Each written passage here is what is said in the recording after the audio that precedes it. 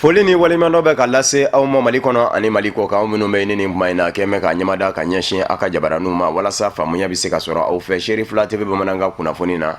min bɛna walawalali kɛ aw ye Mali kunkan ani diɲɛ fan wɛrɛw kunkan. An b'a fɔ yen ko nin ye a kuma selen bakuruba kunnafoniw filɛ. San o san ka bɛn ni Muhamadul Mustafa ka bangeni ye nɛɛma ni kisi bɛ a ye Bawuludu kadara kɔnɔ an balakaw minnu bɛ Fédération Ansardine International Fadi kɔnɔ u bɛ u ka lajɛ sigi sen kan Assemblée Générale o kɛra Bangoni Janginɛbugu la an karamɔgɔ Asayɛdɛ Sherif Usman Madana Hayera fɛ balakaw ye fɛn min da k'o kɛ dakun ye o ye silamɛmuso jɔyɔrɔ silamɛya diinɛ kɔnɔ silamɛmuso jɔyɔrɔ denbaya kɔnɔ denw ladamu jogow la an karamɔgɔ Asayɛdɛ Sherif Usman Madana Hayera yɛrɛ kun bɛ a kɛnɛ kan. Mali maa kalanenba maa faamuyanenba bira dimanche tɛmɛnen Tunisie faaba kɔnɔ Tunis Professeur Bakari Kamia maa min don a ka faamuya kun ka bon tariku la o tɛmɛnen kɔfɛ dugukolo yɛrɛ ka maaw sigin bɛ sigi cogo minnu na diɲɛ kɔnɔ u k'a ma ko géographie a ka janajaw sigira sen kan a yɛrɛ ka kin kɔnɔ ni o ye Korofina ye ka bɛn ni arabadon ye a jamana ɲɛma El Hadji Ibrahim Boubacar Keita ni jamana ɲɛmayaso maa ɲɛma caman kun bɛ o kɛnɛ kan.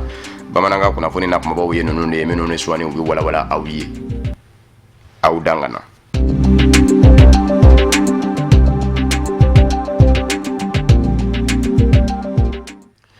Mawuluda 2016 an bɛ aw ladɔnniya k'a fɔ décembre kalo tile 11 ka dugu jɛ a tile 12 la ale ɲɛnamayara yɔrɔ min na sigida 6nan don commune 6 ndolati kɛnɛ min tɔgɔ dalen don ko 26 mars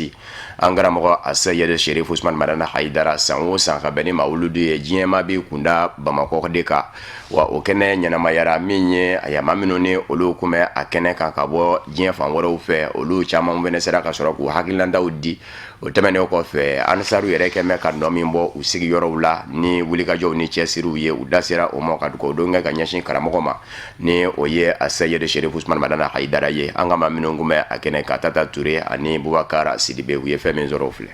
Vraiment anw yɛrɛ nisɔndiyalen don bi Gabonkaw nisɔndiyalen don c'est-à-dire n'an ko an bɛ kuma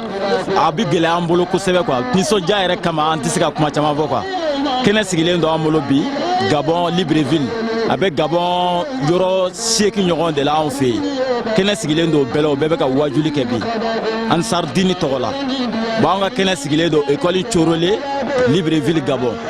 bon anw ye président anw nana yan ka na yan dɔ participer vraiment jama in yɛrɛ bonyana an hakili ma quoi an bɛ dugawu de kɛ toujours ya Rabbi hali bi ala ka fɛn fara jama in kan min ka ca ni ye a tiɲɛ yɛrɛ kɛ quoi ala k'an ka Sherifu kɛ ala k'an ma ɲɛfɛ ala k'a nɛ sabati tiɲɛ kan ala ka fɛn bɔ a la min ka fisa n'a yɛrɛ ye ala k'u kɛ kira n'a bɔnnaw kama bidon barika kosɔn sallallahu rasuli wa salim. An ma tugala gansan an tugula la min kosɔn parce que an ye nafa min y'a la o de kɛra sababu ye ni an tugula Sherif Usman Madani Hayidara la Sherif Usman Madani Hayidara de nana silamɛya benni kɔfɛ ka silamɛya kɔrɔta ka drapeau kɔrɔta i ye kɛ Ansori ye silamɛya la vraiment i b'a fɔ ko wa e ka kow dafala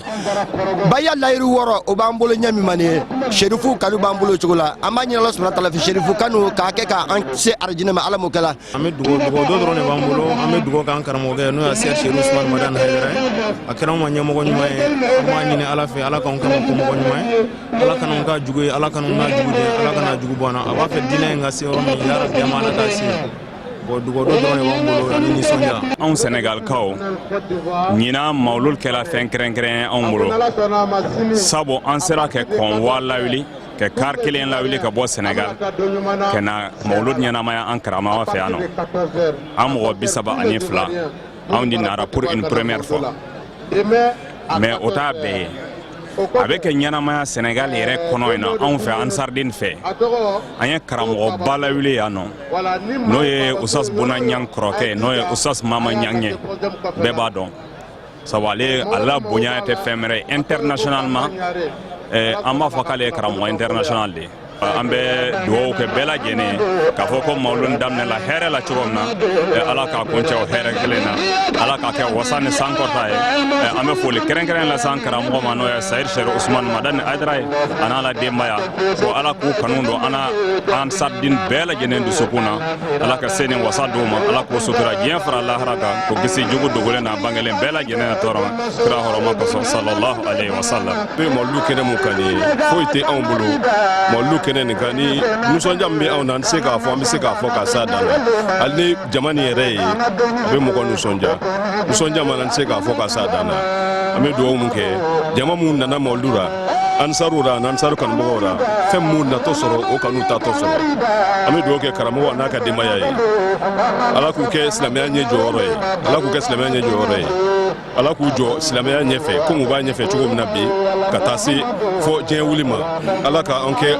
n'a nɔfɛ mɔgɔw bɛɛ kanubaga ye fo ka taa se diɲɛ wuli ma. vraiment nisɔndiya min banna nisɔndiya da don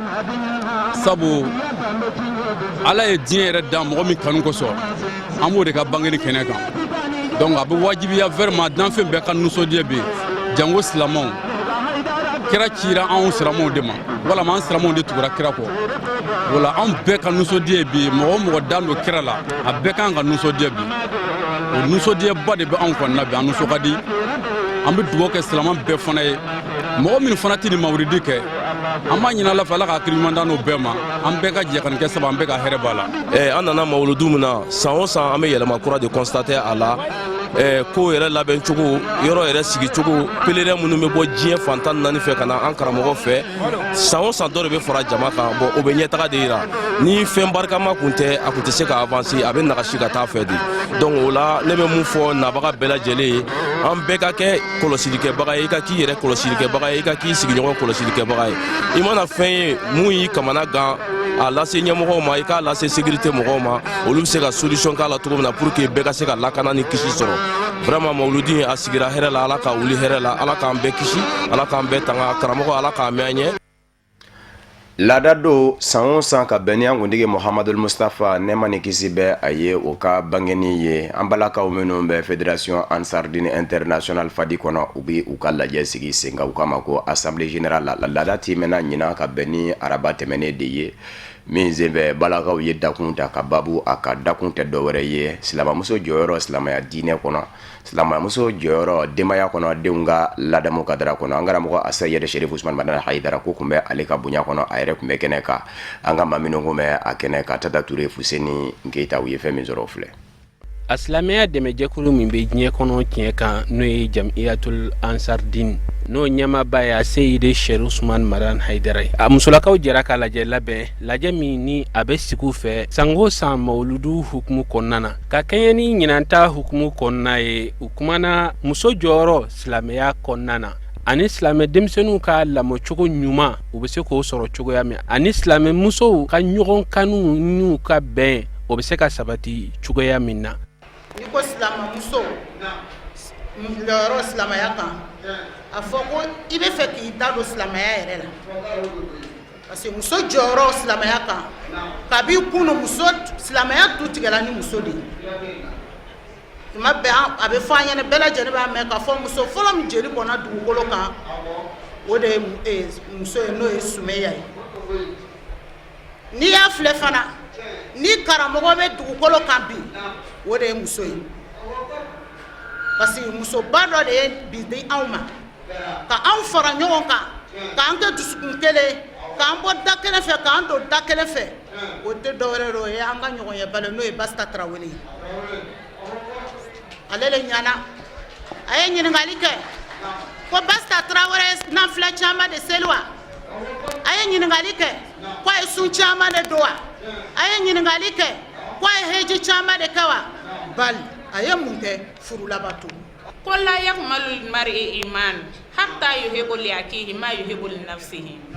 ko k'i ka dɔn adamaden ka limaniya ti dafa fiyewu ko fɔ a bɛ fɛn min kanu a yɛrɛkun ye fo k'a sɔrɔ a b'o kanu a balima silamɛ n'o kɛra a ka limaniya bɛ sɔrɔ ka dafa fɛn o fɛn e ko k'i yɛrɛkun fɛn o fɛn e ko k'i yɛrɛkun la e tɛ limaniya jɔn ye limaniya jɔn de ye mɔgɔ ye mɔgɔ min n'a ye hɛrɛ o hɛrɛ ye a b'a kanu ni a balima silamɛ a bɛ fɔ de ma ko limaniya jɔn. kɛnɛ in sankɔrɔ taara ni an karamɔgɔ a seyidi sheri usman madan haidara ka nali ye ni ladilikan dakuru ɲɛ 2 ani duwawu. an bɛ ala fo ka ala barikada ka ala wale ɲuman dɔn ka sɔli kira belebele in ka n'an sodunge sanumanw an'an ka sahaba ɲumanw ka aw fana fo n'o ye an baw ye a ka cɛsiri la a n'a ka jija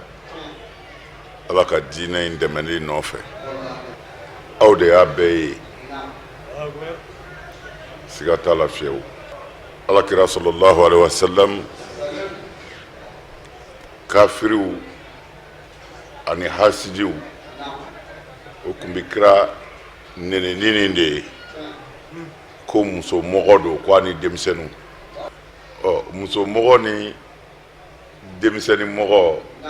o de ye ala ka dugukolo bɛɛ minɛ tan an ma kɛcogo fɔ a ye an ye min fɔ a ye dɔrɔn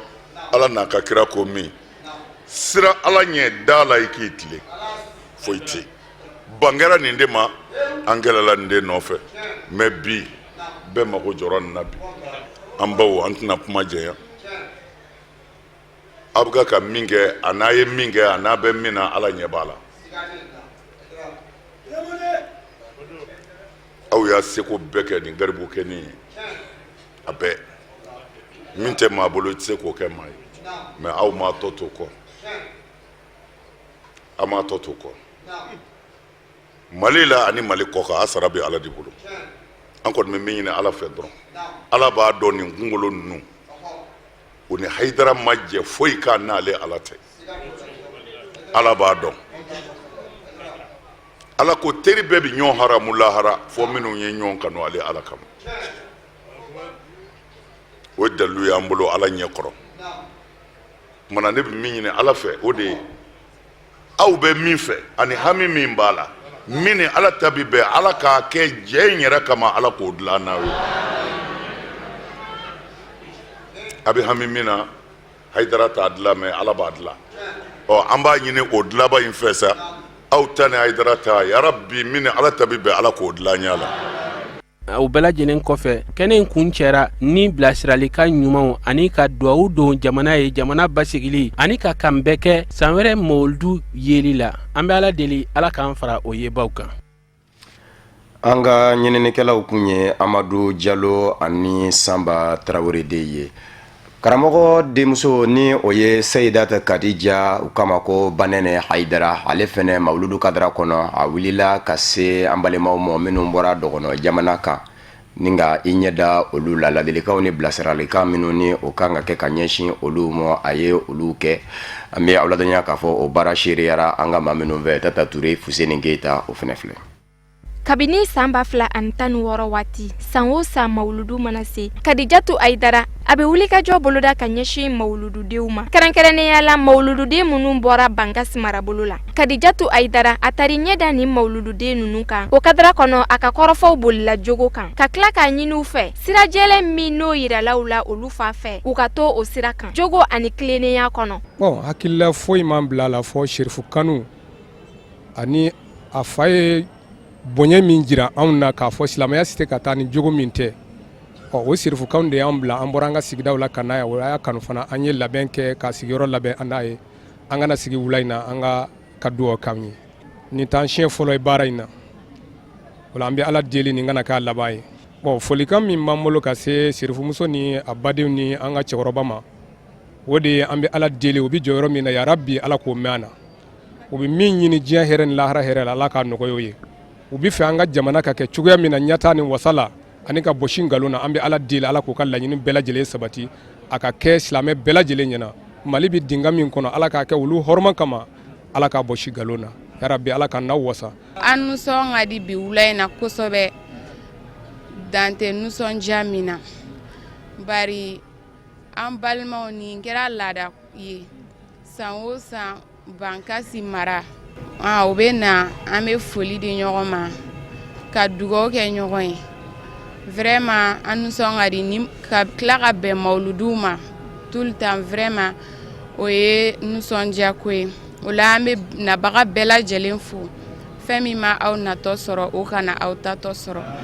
aw nana mawuludu min bonya hali bi ala ka a sara bila lahara ka an kɔnɔ ni mawulududen ninnu ka bɔ bangasi marabolo la u nisɔndiyara kosɛbɛ n'an karamɔgɔ denmuso yeli ye o kadara kɔnɔ u ye foli kɛ ka ɲɛsin kadijatu ayidara ma ka tila ka dugawu k'a ye a n'a balima bɛɛ lajɛlen sija ani kɛnɛya ni labanko ɲuman na ka fara an fa a n'an karamɔgɔ kan n'o ye seyidi sherif usman madan ayidara ye walasa hali bi a ka se ka diinɛ laseko ɲuman kɛ silamɛ bɛɛ lajɛlen ye walasa farikolo olu bɛ se ka bɔ ɲɔgɔn na fédération ansardine internationale kɔnɔ maaw de bɛ yen minnu ka baara bɛnnen don lakana sabatili ma maa minnu bɛ yen nɔ ni olu b'a fɛ k'u ta fɛnw dɔn ninnu ka baara ɲɛsin bɛ i bilasira cogo ɲuman ma walasa i ka se k'i ta fɛnw dɔn u k'u ma ko garde wali kelen sécurité u ye farikolo ɲɛnajɛ kɛnɛ dɔ sigi sen kan ka se ka kolow ni pasaw bɔ ɲɔgɔn na walasa sirifukanu baara min ni u bɛ a la an karamɔgɔ Asayɛd Sherifu Usmani Madani Hayidara ye hali bi a bɛ se ka sabati cogo min na o baara o kɛnɛ sigira sen kan an ka minnu bɛ a kɛnɛ kan Tata Ture ani Fuseni Keyita don. A ka ca ni san 20 ye gardiw ka fara sécuritéw kan minnu bɛ Ansardine kɔnɔ u bɛ wuli ka jɔ la ka ɲɛsin lakana sabatiko ɲuman ma ka ɲɛsin an fa an'an karamɔgɔ Seydi Sherifu Usmani Madani Hayidara n'a ka denbaya ma fo ka taa se mɔgɔ wɛrɛ minnu bɛ bɔ jamana wɛrɛw la ka fara Mali jamana kan ka jɛ ka mawuludu kɛ ɲɔgɔn fɛ gardiw ka fara sécuritéw kan u bɔra fan bɛɛ fɛ Mali jamana ka fara jamana wɛrɛw kan i n'a fɔ Côte d'Ivoire Burkina o n'a ɲɔgɔnna caman kan u farala ɲɔgɔn kan n'an karamɔgɔ ka kumakan ye wa u ka laɲini bɛɛ lajɛlen ye kelen ye. Anw fɛ yan nɔ sécurité ko ni garde ko ti yan an bɛɛ Hayidara ka baarakɛla de ani diinɛ in baarakɛla donc différence ti an ni ɲɔgɔn cɛ différence min bɛ se ka ye yen nɔ o ye i ɲɛ bɛ fini minnu na o de ye différence ye fini min bɛ ne na o ye sécurité ye fini min bɛ balimakɛ in na n'a ɲɛ b'a la o ye garde ye donc fini de ye différence ye n de an bɛɛ mɔgɔ fasugu kelen ye bon an bɛ na a mɛnna parce que mawuludu démonstration daminɛlen a mɛnna nka garde ni sécuritéw k'a daminɛ ka fara ɲɔgɔn kan k'a daminɛ a daminɛna an bɛ se ka fɔ depuis 2010 a baara in kɔnɔ bon an ma gɛlɛya sɔrɔ a la parce que diinɛ baara la n'i nana k'a fɔ k'i bɛ baara fɛn fɛn kɛ ala ko la ne bolo gɛlɛya t'o la quoi n'i ye fɛn fɛn sɔrɔ o la o bɛɛ ye nɔgɔman de ye quoi gɛlɛya tɛ anw kan nin baara in na. N b'ala fo k'ala barikada ala min sɔnna k'an fara ɲɔgɔn kan sabula n'i y'an bɛɛ ta k'an lajɛ an bɔyɔrɔw ka ca mais a bɛɛ farala ɲɔgɔn kan n'an karamɔgɔ n'o ye Seydi Sherifu Usmani Madani Hayidara n'ale ka kumakan de bon ale ka kumakan o min y'an fara ɲɔgɔn kan fo ka taa se an ka saya ma an bɛ baara kɛ n'o fara ɲɔgɔn kan de problème foyi tɛ an ni ɲɔgɔn cɛ baara ɲɔgɔnya la an bɛ baara kɛ ɲɔgɔn fɛ su an b'a kɛ ɲɔgɔn fɛ tile an b'a kɛ ɲɔgɔn fɛ yan an b'a kɛ ɲɔgɔn fɛ terrain na n'ala ka jɛ ye. n bɛ foli fɔlɔ an karamɔgɔ la mun kɛra sababu ɲuman ye ka nin jama in fara ɲɔgɔn kan parce que an balima dɔw tɛmɛna u ko nin jama in bɛɛ ye karamɔgɔ ka jama de ye n'i y'a ye an bɔr'o ka jan mais an bɛ foli fɔlɔ karamɔgɔ yɛrɛ la n'a ka denbaya u bɛ mun ɲini ala fɛ ala k'o nɔgɔw ye u bɛ siran mun ye ala ka don n'o cɛ mɔgɔ minnu k'u ti fara la k'a ka jama cayara an b'a ɲini ala fɛ hali n'a sɔrɔ mɛlɛkɛw b'u ka baara kɛ ala k'u labila ala k'an wasa u kan ala k'an kɔrɔta u kan jama in mɔgɔ tɛ se ka nin jama da fɔ puisque n'i ye baarakɛla lajɛ minnu bɛ poste yɛrɛ la ka baara kɛ bi i b'a fɔ olu ka ca minnu bolola ye bon n'i b'i kuma kan dɔrɔn ko nin da kelen de b'i bolo o da kelen tɛ se ka don an bolo tout de suite puisque i b'a sɔrɔ pays bɛɛ de bɛ yan sisan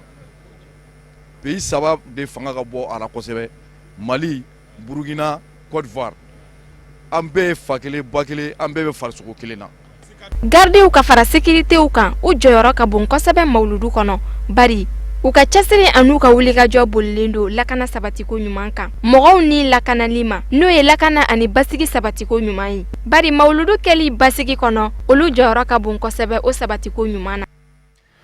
hali bi mawuludu kadara kɔnɔ a n'a ɲɛɲɛnu an balakaw minnu bɛ an ka Bamakɔ sigida gale la commune 1 kɛrɛnkɛrɛnnenya kɛ min bɛ wele ko Dumanzana olu fana ye kuranna kalan belebele kɛnɛ sigi sen kan min kɛra juma tɛmɛnen décembre kalo tile kɔnɔntɔn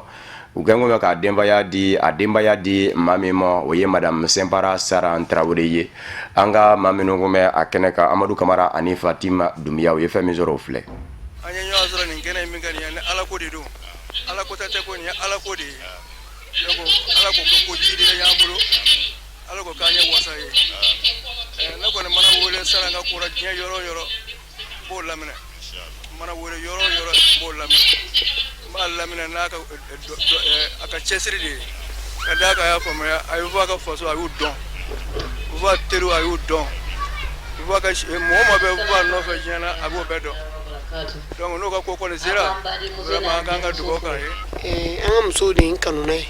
u ko k'u bɛ wajulu de fɛ olu de ye wajulu kɛ k'a bonya ta k'a diyan vraiment a diyara n ye a bɛnna n ma n bɛ ba wɛrɛ yɛrɛ fo n ba wɛrɛ ka muso groupe don u ye n kanu ala kama ala kama tɔn de don quoi ala kama jɛw don hali bi ala k'an to ɲɔgɔn ye kuma tɛ ne da foli kɔ ala k'an to ɲɔgɔn ye merci. أعوذ بالله من الشيطان الرجيم بسم الله الرحمن الرحيم اللهم صل على محمد وعلى آل سيدنا محمد وسلم تلفزيون Sirifla an b'aw fo an bɛ dugawu kɛ sirifukɛ sini kɛnɛ ala k'a d'a ma kɛnɛ o kɛnɛ n'a sigira ala kama diɲɛ bɛɛ b'a ye a sababuya bɔra sirifukɛ la an bɛ télévision mɔgɔw fo ka baarakɛlaw fo an bɛ kɛnɛ min kan an balimamuso Sara madame Sempara ale de ye kɛnɛ in tigi ye parce que kɛnɛ in bonya dira ale dama a kanubaga minnu bɛ kin kɔnɔ olu de ko k'u tɛ foyi organiser a y'u ɲininka aw bɛ mun fɛ o k'a ma k'an b'a fɛ ka wajibi de organiser a kɛra waati o waati a fana a ma jɔ mɔgɔw la a y'a fɔ a ka quartier mɔgɔw ye maa minnu sera ka na kɛnɛ kan an nana an bɛ se k'a fɔ Sara ɲɛ nin kɔni maa kɛnɛ n'i kɛra adamaden ka kɛ alisilamɛ ye silamɛw b'u u jigi da i ka ala ko la i ye ala tanu i bɛ ala barika da nka ni Sara ɲana an bɛ dugawu k'a cɛ de ye a cɛ de ɲana n'a cɛ ma sɔn ka taa sen don nin ko caman ninnu na i y'a mɛn an bɛ fa fo ka dugawu k'a ye sini kɛnɛ ye ala k'a d'u ma u n'u ka denbaya an bɛ dugawu kɛ sigida mɔgɔw ye maa o maa n'i nana a man dɔgɔ bɛɛ nana ala k'u bɛɛ lajɛlen sara bɛ tila k'a ɲini sigida mɔgɔw fɛ nin de ye taamasere ɲuman ye maa n'i bɛ ko o ko labɛn n'i ma ala ko labɛn i y'a kɛ fu de ye an bɛ kalo min kɔnɔ n'o ye mawuludu kalo ye nin y'a kalo daminɛ ye ka nin baaraba in kɛ ka se mawuludu kɔnɔna ma o ye hɛrɛ de ye an b'aw fo an bɛ dugawu k'aw ye ala ye ɲinan yira n na ala ka san wɛrɛ yira n na ala kana nin kɔ tigɛ a bara an b'a fɔ allahumma salli ala muhammad wa ala ali sayyidina muhammadin wa sallim Azibullahi min shitani rajim nana an yɛrɛ sɔrɔ ni kɛnɛ ka diyara n ye a bonyana ma ka da ka silamɛ jɛ de jɛ ye silamɛ tɛ mɔgɔ janfa an nana ni kɛnɛ kan an y'a dɔn aw ye hɔrɔnya a ye ladiri ye hɔrɔnya de y'an se yan parce que silamɛ mana kan di mɔgɔ ma ko n bɛ nin kɛ a b'o kɛ a t'i janfa abada parce que aw ye kankɛnɛtigiw de ye maa ma b'a fɔ la ilaha illallah seydina muhamadu rasulullah o tɛ maa janfa an bɛ dugawu kɛ yarabi an bɛ ala ka jɛ ye ala ka sisi ala k'a banba fɛn fɛn ala ko y'anw b'a la an bɛ dugawu kɛ Sara yɛrɛ Sara ye dugawu den ye a bɛ min ni masa Aramani fɛ ala k'a d'a ma ala k'a sago d'a ma. Assalamu alaikum wa rahmatullahi ta'ala wa barakatuh. Assalamu alaikum ala rasulullahi. Hakilina min ye ne bila ka nin ko in kɛ silamɛya kanu de don ani bɛn ni kɛlɛya b'an ka sigida la a b'an bolo kuma caman an bɛ wajibi kɛ mɛ nin sen ta kɔni k'a sabati k'a sinsin tan nɔ an sigiɲɔgɔn ye Sara ye an balima don an jɛɲɔgɔn don mɛ an kuma jɛ ni nin jɛ tɛ nka inshallah an dara la an b'a fɔ an b'a waleɲuman dɔn ala k'an to jɛ la assalamu alaikum wa rahmatullah. Barabolodalen min bɛ wele ko programme de gestion décentralisée des forêts a coro ɲɔgɔnna bɛ wele ko GDFOR 2 o ye barabolodalen ye min ɲɛsinnen don an ka jamana sigida dɔw ma kungo kɔnɔnaw ka lajɛ ka labaara cogo ɲini u la olu ka baara in kan ka boloda waati min kɔnɔ kilancɛ sɔrɔ bɛɛ la ka ban o de kosɔn a baarakɛbaaw y'u jɔ ka jateminɛ kɛ k'u kɔfilɛ baaraw minnu kɛra ni olu ye nɔbɔ minnu bɛ yen nɔ ni gwɛlɛya sɔrɔla olu kɛtɔw la ani baaraw minnu bolodalen don laɲiniw minnu ni olu kɛlen don ka hakili jagabɔ kɛnɛsigi sen ka tile fila min bɛ se k'a to laɲiniw bɛɛ lajɛlen bɛ se ka sabati walasa an ka jamana sigida ninnu kɔnɔ min ye sigida ɲɛmayasow ye ka se ka kungo kɔnɔna ka labaara a baara in bɛ ka sigi sen kan jɛkulu min bɛ an ka jamana kɔnɔ o ye Jine kungo lakanani ɲɛmayaso de ye ni o ye direction des eaux et forêts ye an ka maa minnu kun bɛ tile fila hakili jagabɔ in kɛnɛ kan min kɛra ka bɛn ni alamisadon desanburu kalo tile 15 ye Marietu Jalo ani Seydou Ɲare u ka soma sama filɛ. Baara bolodalen min sigilen no sen kan n'a bɛ fɔ a ma ko programme de gestion décentralisée des forêts GDFOR 2 n'a b'a ta ko filanan na o hokumu de kɔnɔna la hakili falen kɛnɛ dɔ sigila sen kan tile fila kɔnɔ walasa ka se k'a dɔn baara minnu kɛra gɛlɛya minnu sɔrɔla baara kura min kan ka boloda ani ka laɲiniw kɛ nin baara in bolodala an ka ji ni kungo lakanani ɲɛmayaso fɛ n'o ye direction nationale des eaux et forêts ye. Bon, GDFOR ye programme ye min sigilen bɛ Mali ni Suède ka bolodon bolo ɲɛtaga sabatili la donc a programme ni ɲɛsinnen bɛ mun ma an ka kungoda sabatili décentralisation kɔnɔna na GDFOR sigilen bɛ o de baara kan donc an ka baara fanba o ye ka se k'an ka kungo lakana mais k'a lakana an ni maire lakaw o de ye décentralisation ye parce que an degelen bɛ an b'a lakana ka kɔrɔ mais an ni dugu de b'a kɛ mais nin cas la puisque Mali ye option kɛ k'a bɛ taa décentralisation na an ka cas la anw ni maire de b'a kɛ ɲɔgɔn fɛ donc ko bɛɛ bɛ passer maire de bolo maintenant maire de fana b'a passer mɔgɔ wɛrɛw bolo donc an ka baara ɲɛsinnen bɛ kungo lakana ma an bɛ gafe dilan kungo la an b'a fɔ o ma ko plan d'aménagement k'a lajɛ à peu près kungo yɛrɛ jiri hakɛ jumɛnw b'a kɔnɔ jiri suguya jumɛnw b'a kɔnɔ mun ni mun bɛ se ka bɔ kungo kɔnɔ san 5 san 6 kɔnɔ ka sɔrɔ an sigida ma latiɲɛ n'an y'o gafe kɛ an b'o o baaraw la sabati o san hakɛ kɔnɔna na en même temps an bɛ baara wɛrɛ di an ka mɔgɔw ma minnu dahirimɛ sigilen bɛ kungo kɔnɔna na n'o bɛ kɛ se ka lɔgɔtigɛ o bɛ kɛ charbon bɔ o bɛ kɛ fɛn wɛrɛ n'a bɛ se ka na ni kungo tiɲɛni ye donc an bɛ baara wɛrɛ d'u ma an b'a fɔ ma ko les activités alternatives pour que u ka se ka lɔgɔtigɛ ba dabila maintenant kungo bɛ se ka min bɔ o bɛ bɔ toujours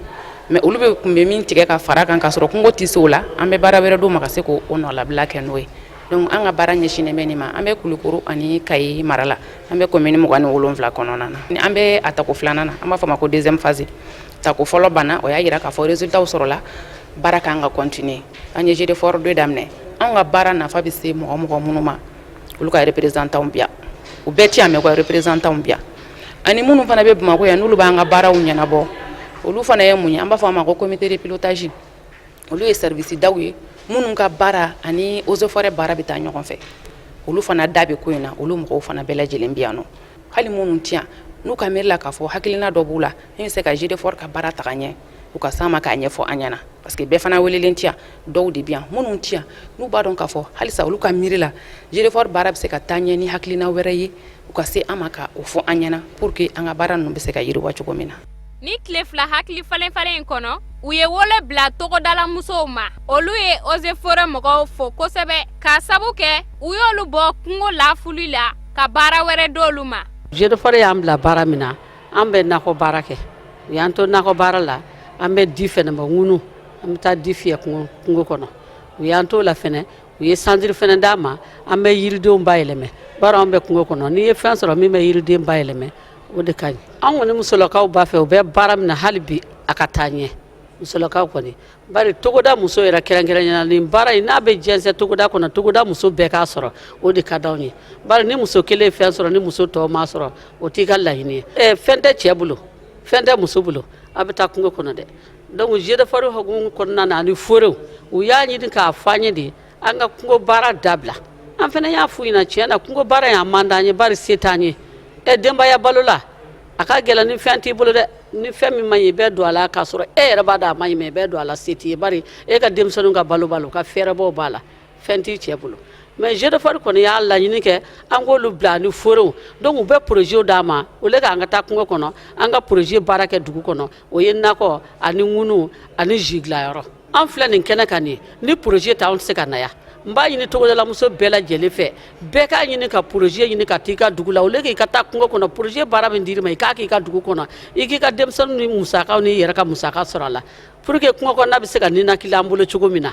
ni tile fila hakili falen-falen bɛna kɛ sababu ye kungo lakanabagaw k'u ta n'u bila dɔn yanni baara bolodalen kun cɛli cɛ an b'aw ladɔnniya k'a fɔ ko ni programme jeu de fort a bɛ kungo tanga lafuli ma barisa ni yiriw bɛɛ tigɛla cɛncɛn bɛ na o cɛncɛn dun man ɲi an ka dugukolo ma nin y'a san 2 ye eaux et forêts mɔgɔw bɛ nin baara in na wa u ka fɔ la a bolodako fɔlɔ kɛra tare ye o kɛra sababu ye farajɛ jamana royaume suède o ye i jɔ ni a tako filanan musaka bɛɛ lajɛlen ye. o de b'an sɛnsɛn ka se diɲɛ fan wɛrɛ kunnafoniw sɔrɔli ma yahaya jame gambikaw ka jamana ɲɛma banna farafinna tile bɛ yan ba jamanaw ka tɔ jamana ɲɛma naaniw ka laɲini ma ni o ye fanga bilali ye ka sabu kɛ k'a bira a kɛmɛ k'i wakili don jamana kiiribulonba la ni o ye cour suprême ye maa caman y'a jira k'a fɔ fɛɛrɛ min bɛ a ko la bi diɲɛ seleke naani setigi jamanaw kɔnɔ gannen don ka sabu kɛ a taara sira min bɛ a taara sariya sira fɛ o kumana sira damadɔw de bɛ yahaya jame bolo sa min ye cour suprême lakaw ye olu ka sɔn a ka kuma mɔ ka kalata ninnu bɛɛ lajɛlen bɔ a mɔ ka kɛ i n'a fɔ u kuma kɛ u k'a ma ko annulation wali kelen k'a lajɛ aya min ye ayiwa ni kalata in ye n'a bɔra a mɔ diɲɛ seleke naani setigi jamanaw ka kɛ kalata kura seere ye wali kelen adama baro min ni kunnafoniw y'a jira k'a fɔ ale de ye sebaya ta cour suprême ka o sɛmɛndiya wali kelen sira sabanan aya min ye yahaya jame ye a ka wajibiya ka fanga bila ka sabu kɛ jamana a kiiribulonba ma se ka fɛn fɔ a la maa caman kɔni ye a jira k'a fɔ commission électorale ni o ye kalata labɛn ni jɛkulu ye ni janvier kalo tile 18 kɔni sera ka sɔrɔ ni labɛn ninnu ma se ka sabati jamana a sariyabolonba fɛ ni o ye cour suprême ye abi wajibiya Yahaya Jammeh mo aka fanga bila ni ko ka bita sharia kono o de koso min ye Cour suprême ye Yahaya Jammeh a kɔni bɛna wuli ka jɔ de kɛ sa min bɛ se ka to a ka laɲini bɛ sabati o yɔrɔ la ne dun ye yen fɛnɛ lajɛ b'a ye k'a fɔ kiiri ɲɛmaaw ni o ye juges ye Cour suprême na olu dafa dɛ o dafa kan ka bɔ yɔrɔ min ka na Yahaya Jammeh kan k'i jɔ ni o de ye sa. Congo Kinshasa jamana kono chrétien dinɛ tigilamaw ye sigi ka fɔ min do jamana ɲɛmayaso ni fanga sinamatɔnw ni ɲɔgɔn cɛ ni o bɛ senna bi kunnafoniw y'a jira k'a fɔ fanga sinamatɔn jɛkulu min ni a bɛ wele ko Front pour le respect de la constitution en République démocratique du Congo olu kun kɛlen ka jira k'a fɔ u tɛna ye sigi ka fɔ kɛnɛ ka u labanna ka na ye an bɛ aw ladɔnniya k'a fɔ u kɛn bɛ ka jalaki ta ka ɲɛsin kɛrɛnkɛrɛnnen ɲɛna jamana ɲɛmaa Joseph Kabila a ka fa mɔɔw ma ko u bɛ ka olu niyɔrɔ sara dɔgɔya kɛnɛ kan barisabu ka d'a kan min ye jɛkulu tɔw ye ko duuru di bɛ u mɔ cɛbɔw la ka sɔrɔ ka na olu ta kɛ fila ye ko u ti jɛ ni o ye nin sigi ka fɔ min bɛ ka kɛ Congo Kinshasa bi ni chrétien dinɛmɔgɔw de kɛra a hakilina tabaw ye bɛɛ lajɛlen kɔni sigi bɛ ka lajɛ de ko nin bɛ sɔn ka kɛ jamana ɲɛmaa Joseph Kabila a bolo kɔnɔ maɲɔ laban ye barisabu ka d'a kan ni nin kɔni kun jɛra ka sɔrɔ ɲɛmaa sɔrɔ ko kɔni na ko décembre kalo tile 19 y'a sɔrɔ a ma wuli ka bɔ fanga na kalata kura ma kɛ fanga sinamatɔw bɛ sɔn ka tabila furubamugu la wa o ni tiɲɛ fana o dan dɛ.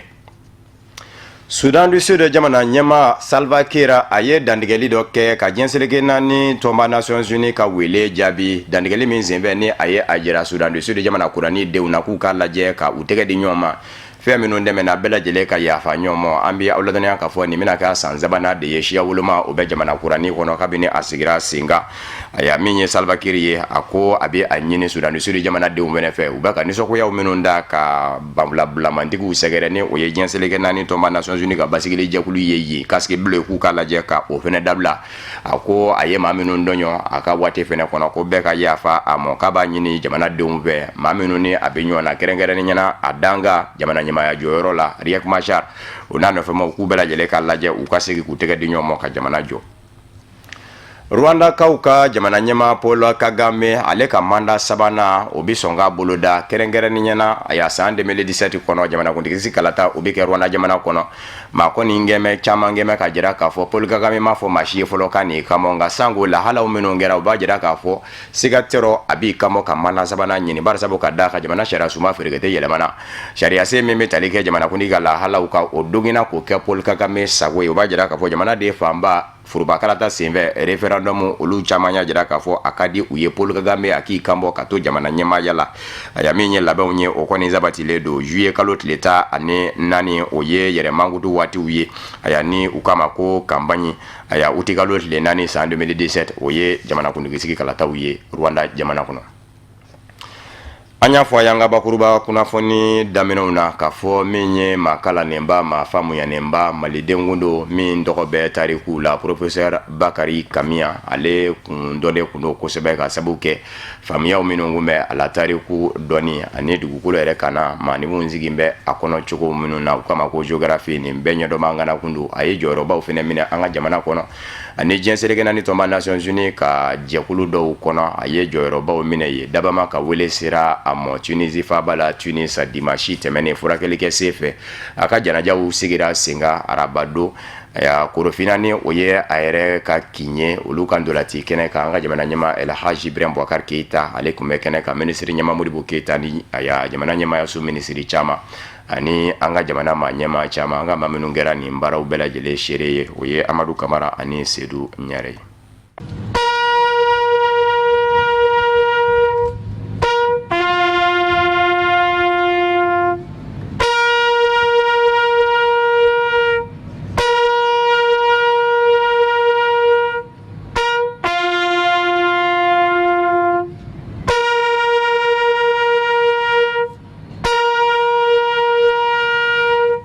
Maoma ni ma ban nali ma i tɛ ban tali ma o ye ala kumakan ye professeur Bakari Kamiya ale tun ye dɔnnikɛbagaba ye an ka jamana kɔnɔna na ala y'a ka kalifa minɛ na min kɛra karidon kalo tile 11 san 2016 Tunisie faaba kɔnɔna na ale tun tɛ maa dogolen Mali kɔnɔ ani Mali kɔkan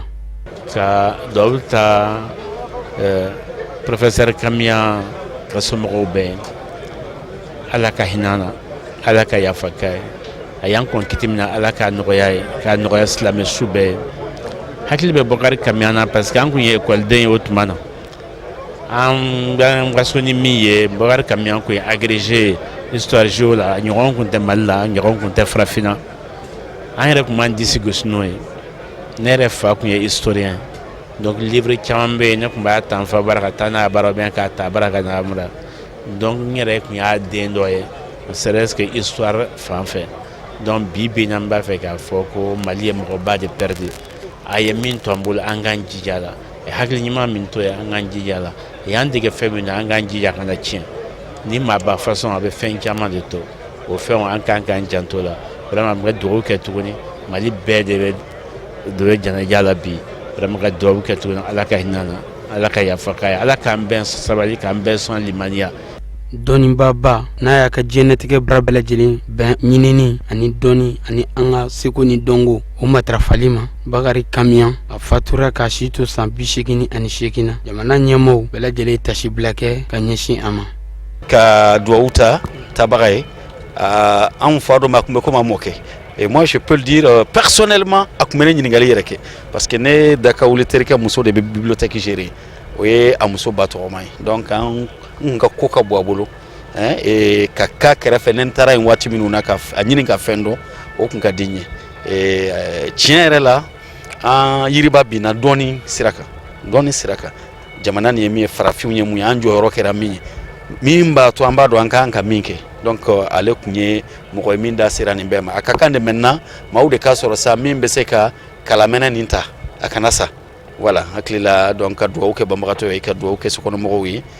tubarikala a taara ka den barikamaw to a kɔrɔ Ala k'u kɛ maaw ye minnu bɛ se a tiɲɛ kɔrɔ ka yafa silamɛsiw bɛɛ ma. an bɛ a yira u la k'a fɔ Bakari Kamian septembre kalo tɛmɛnen jɔnjɔn min ɲɔgɔnna tɛ an ka jamana bɛɛ kɔnɔ